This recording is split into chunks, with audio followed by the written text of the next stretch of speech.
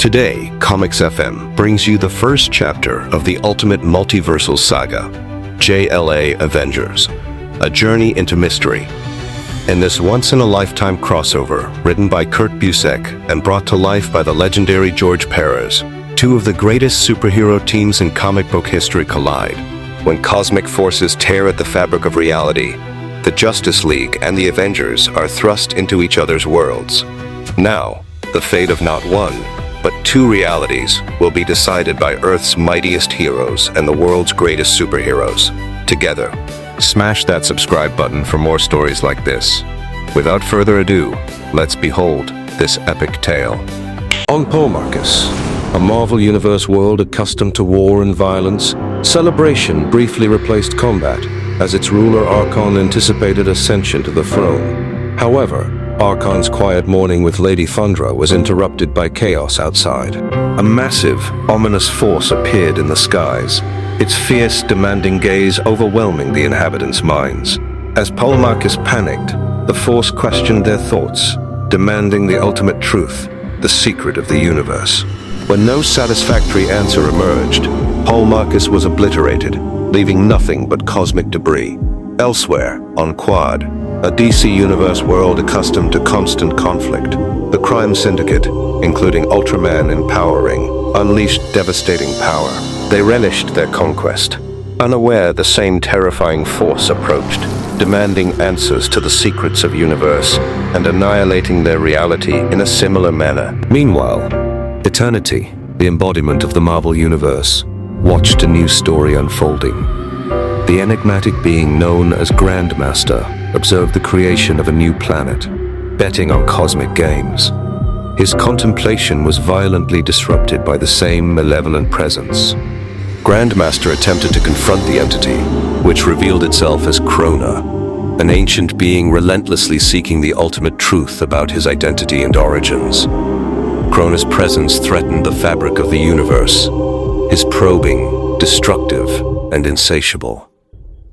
A month later, in the DC Universe, Earth Zero, Superman and the Justice League fought a sudden, devastating attack from a towering giant called Terminus, rampaging through Metropolis toward Keystone City. Terminus was from Marvel Universe, designated Earth 616. Despite coordinated attacks, the heroes struggled against Terminus's overwhelming might, powered by a destructive staff. Batman quickly analyzed the threat, instructing Martian Manhunter to telepathically link the team. Aquaman, Flash, Plastic Man, and Wonder Woman followed Batman's strategic orders, attempting to disable Terminus, while Superman endured brutal assaults. Batman recognized the staff as the source of Terminus's strength, and sought a plan to separate the giant from its powerful weapon before further destruction ensued. With Plastic Man and Wonder Woman restraining Terminus, Manhunter unleashed a telepathic blast, and Green Lantern created a construct around the staff. As Terminus fired, the energy blast reversed and hit him, and obliterated his head. As the dust settled, the heroes wondered, where did the giant come from? Suddenly, Hal Jordan, the Spectre, arrived. He warned the heroes that they need not concern themselves with the whereabouts of the being, saying that he teleported away with Terminus. The heroes got back to rescuing the bystanders. Meanwhile, on Earth 616, in New York City, the Avengers battled an invasion of alien parasites spawned by Starro the Conqueror, originating from the DC Universe. The parasitic control stars quickly overwhelmed civilians and heroes alike, controlling their minds. Thor commanded Iron Man and Jack of Hearts to attack Starro directly, but their efforts barely affected it. The fight worsened when Thor himself became possessed. Quicksilver briefly fell under Starro's control, but Scarlet Witch and Captain America freed him. Pietro revealed Starro sought total order and domination, and peace. Vision proposed a risky strategy, urging Scarlet Witch to tap into her chaos magic to counteract Starro's orderly consciousness. Despite Quicksilver's objections, Wanda allowed a parasite to infect her, connecting directly to Starro's mind. She unleashed powerful chaos energy, overwhelming Starro and driving it into agonized retreat. Starro, screaming from the chaos, detached from Earth and fled into space, freeing everyone from its control. As the heroes recovered, Scarlet Witch explained, Starro was confused, sensing it didn't belong in their universe. Vision received a transmission from Quasar, hinting at a broader crisis elsewhere, leaving the Avengers concerned about Starro's mysterious arrival and the implications of universes intersecting. At Avengers Mansion, Quasar reported troubling data to Captain America and Thor, detailing sudden invasions throughout known space, such as Lobo's abrupt appearance in the Sheer Empire, causing significant chaos. Quasar confirmed these intruders originated from another universe, the same responsible for earlier disturbances on Earth. Responding to this, Iron Man started constructing a sophisticated warning system designed to detect future dimensional breaches, with Hawkeye arriving shortly afterward to support the team. Meanwhile, the Flash, guided telepathically by Martian Manhunter, used debris from Terminus's armor to vibrate himself into Terminus's home reality. With considerable strain, he arrived in what appeared to be a peaceful version of Keystone City. Quickly confronted by an angry mob chasing Pete Geringer, a frightened mutant teen, Flash intervened to help. However, he soon discovered a critical issue. The Speed Force didn't exist in this universe, leaving him powerless. Narrowly escaping the dangerous crowd, Flash returned urgently to the Justice League Watchtower to warn his teammates. The League had already confirmed multiple invasions within their universe and suspected deliberate manipulation. Suddenly, two enigmatic visitors appeared at the Watchtower: Uatu, the Watcher, who observed silently, and the Grandmaster, who identified himself as originating from the Avengers universe. Grandmaster urgently warned the Justice League about the looming universal collapse. To prevent this disaster, he explained, they needed to gather 12 potent artifacts, 6 from each universe.